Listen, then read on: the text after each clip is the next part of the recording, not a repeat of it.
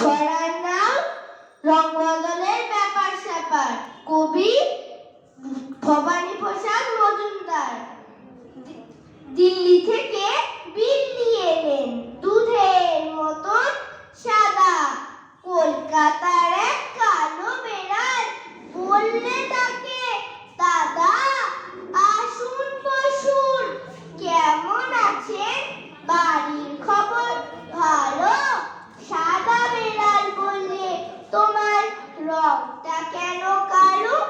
কালো বেড়াল বললে, শুনুন রাখুন আগে বেরি, আমি যখন জন্মেছিলাম চলছিল লোডশেডিং।